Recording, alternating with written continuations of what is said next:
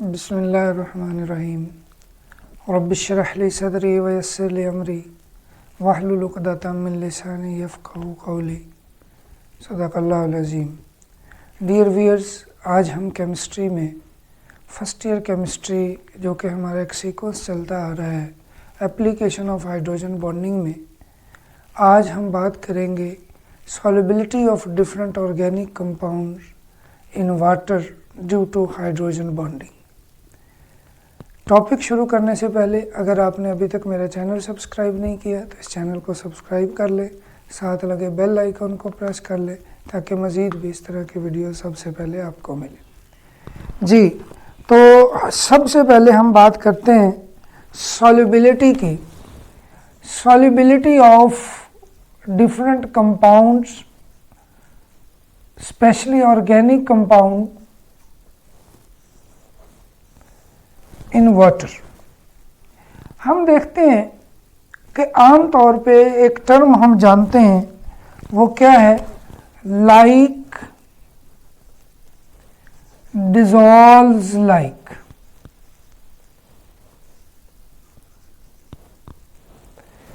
इस टर्म के according polar जो चीज़ें होती हैं वो पोलर सॉल्वेंट में डिसॉल्व हो जाती हैं और जो नॉन पोलर चीज़ें होती हैं वो नॉन पोलर सॉल्वेंट में डिसॉल्व होती हैं। और आम तौर पे हम ये भी जानते हैं कि जो हमारे पास ऑर्गेनिक हैं चीज़ें वो ज़्यादातर नॉन पोलर हैं, स्पेशली हाइड्रोकार्बन। तो हम ये कहते हैं कि जो ऑर्गेनिक सब्सटेंसेस होती हैं वो वाटर में इनसॉल्युबल होती हैं। क्यों? क्योंकि उनकी जो फोर्स ऑफ अट्रैक्शन होती है वो डिफरेंट होती है। वाटर के अंदर जो फोर्स ऑफ अट्रैक्शन है हाइड्रोजन बॉन्डिंग है उससे। यही वजह है कि आप पेट्रोल को, घी को, ऑयल को पानी में मिक्स करते हैं तो वो पानी में डिसॉल्व नहीं होते। तो ये एक कॉमनली कि ऑर्गेनिक सब्सटेंसेस, ऑर्गेनिक कंपाउंड्स होते हैं वो नॉन पोलर होते हैं और वाटर में डिसॉल्व नहीं होते। लेकिन कुछ ऐसे ऑर्गेनिक कंपाउंड हैं, for example C2H5OH, ethyl alcohol, ये सॉल्युबल है, सॉल्युबल इन वाटर। इसी तरह से जो लोअर कार्बोक्सिलिक एसिड्स होते हैं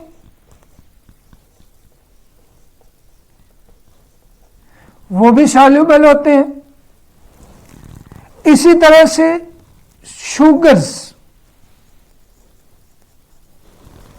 ग्लूकोज है, फ्रुक्टोज है, ये जो है ये भी वाटर सॉल्युबल होते हैं।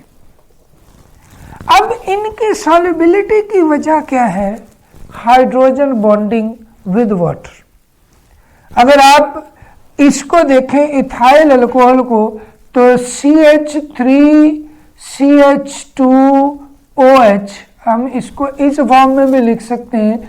इसके अंदर ये जो OH ग्रुप होता है, हाइड्रोक्सिल ग्रुप होता है, ये ऑक्सीजन पर पार्शियल पॉजिटिव, हाइड्रोजन पर पार्शियल नेगेटिव, तो ये वाटर के साथ इस तरह से हाइड्रोजन बॉन्डिंग बना लेते हैं। अगर वाटर मॉलिक्यूल को हम देखें तो ये यहाँ पे ऐसे उसके साथ बॉन्डिंग कर लेता है, यहाँ से भी ये हाइड्रोजन वाली साइड से भी और ऑक्सीजन वाली साइड से भी ये वाटर के साथ हाइड्रोजन बॉन्डिंग करके ये उसके अंदर डिसॉल्व हो जाता है। सेम कार्बोक्सिलिक एसिड के अंदर भी यही बात है कि कार्बोक्सिलिक एसिड को अगर आप देखें तो इसका जनरल फार्मूला होता है RC+OOH। इसमें ये जो हाइड्रोक्सिल ग्रुप होता है ये भी हाइड्रोजन बॉन्डिंग करता है वाटर के साथ, जिसकी वजह से ये सॉल्युबल होते हैं। लेकिन मैंने लिखा है यहाँ पे lower carboxylic acid.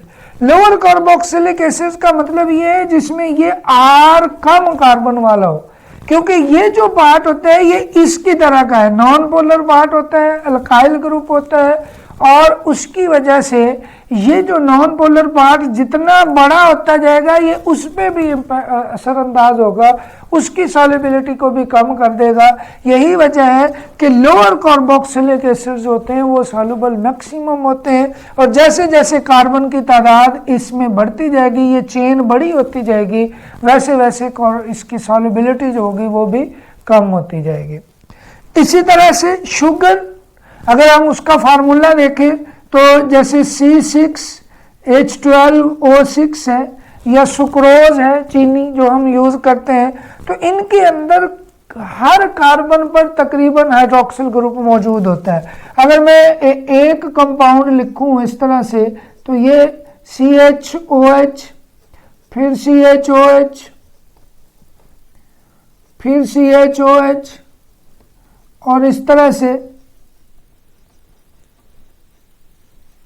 CH2OH, 1 2 3 4 5 6 carbon है, इसके अकॉर्डिंग 12 हाइड्रोजन है और 6 ही ऑक्सीजन है। तो इसके अंदर भी ये जो हाइड्रोक्सिल ग्रुप होते हैं इसकी वजह से ये वाटर के साथ हाइड्रोजन बॉन्डिंग कर लेते हैं और ये डिसॉल्व होने की एबिलिटी रखते हैं, ठीक है। लेकिन जैसे जैसे ये ज़्यादा होते जाएगी कार्बन की चेन, इनकी सॉल्युबिलिटी भी उसी तरह से कम होती जाएगी। ये तो था solubility of different compounds in water के हाइड्रोजन बॉन्डिंग जो होती है वो वजह बनती है उनके डिसॉल्व होने की। एक और चीज इसके साथ ही मैं शामिल कर देता हूं, एक टॉपिक है छोटा सा, क्लींसिंग एक्शन, सोप का क्लींसिंग एक्शन। सोप का जो क्लींसिंग एक्शन होता है, सोप जो हम डिटर्जेंट या सोप यूज करते हैं फॉर क्लींजिंग या वॉशिंग पर्पस के लिए, तो अगर मैं सोप लिखूं क्लींसिंग, इसमें सोप या डिटर्जेंट उसके दो पार्ट होते हैं। एक पार्ट जो होता है वो इस फॉर्म में होता है, ये समझ रहे कि एक पार्ट इसका पोलर पार्ट होता है, ये हिस्सा पोलर होता है और ये हिस्सा नॉन पोलर होता है। नॉन पोलर में आमतौर पे अल्काइल या बेंजाइल वगैरह होते हैं जो इसके साथ जुड़े हुए होते हैं, और पोलर पार्ट जो है वो डेफिनेटली उसमें कुछ ऐसे एलिमेंट, ऐसे फंक्शनल ग्रुप मौजूद होंगे जो जिनके ऊपर पार्शियल पॉजिटिव नेगेटिव चार्ज होता है। अब होता यह है कि जब हम कोई भी जो सरफेस है जिसके ऊपर वो दाग लगे हुए हैं, जिसका कोई कपड़ा है उसके ऊपर वो दाग लगे हुए हैं, मैल लगी हुई है, वो आमतौर पे ऑर्गेनिक भी हो सकते हैं, इनऑर्गेनिक भी हो सकते हैं। जो इनऑर्गेनिक होंगे वो डेफिनेटली पोलर होंगे, वो तो वाटर जैसे ही आप उसमें वाटर में डालेंगे वाटर के अंदर वो डिसॉल्व हो जाएंगे, वो वाटर हम निकालेंगे तो वो भी निकल जाएंगे। लेकिन जो नॉन पोलर पार्ट होता है वो उस फाइबर के साथ या उस सरफेस के साथ अटैच रहते हैं, और फिर आप क्या करते हैं कि उसके अंदर वाटर के साथ साथ आप सोप या डिटर्जेंट यूज करते हैं।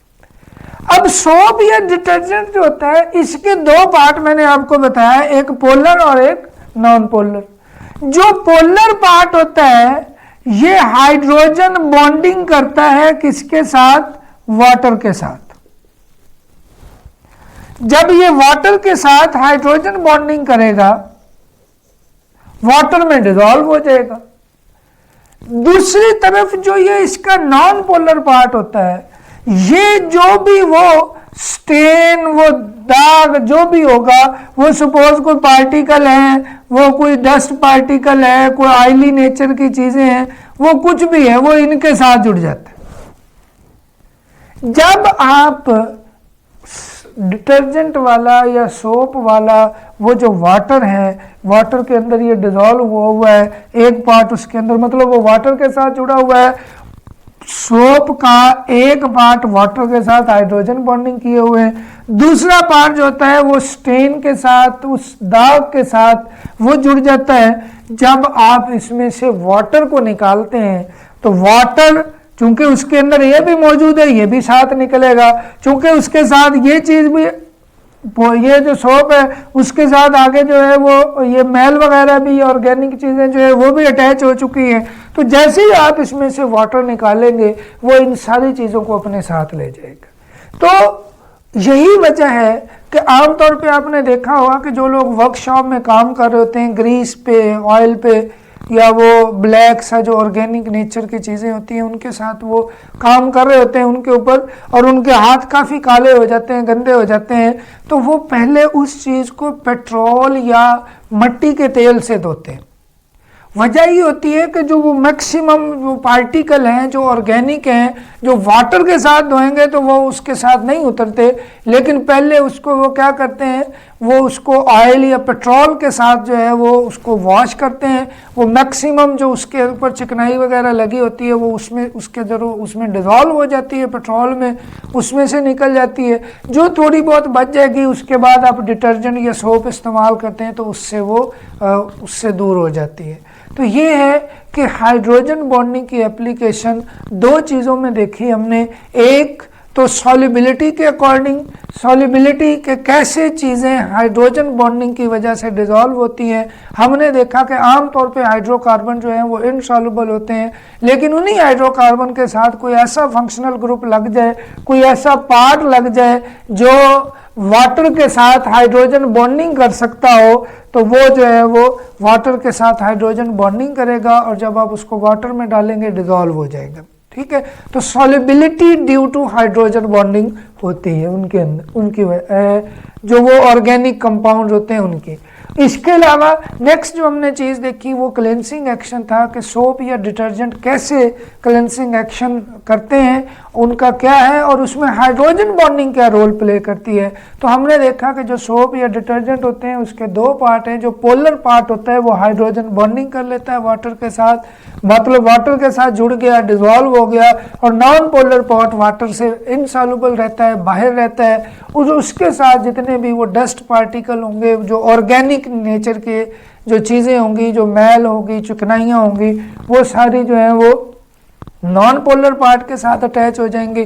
और जब आप उस कपड़े में से उस चीज़ से वाटर को निकालेंगे तो वाटर निकलेगा, साथ ये सोप भी लेके निकलेगा, और सोप के साथ वो जो मैल वगैरह है, चिकनाई है, वो भी साथ लग चुकी है, वो भी अपने साथ लेके निकलेगा।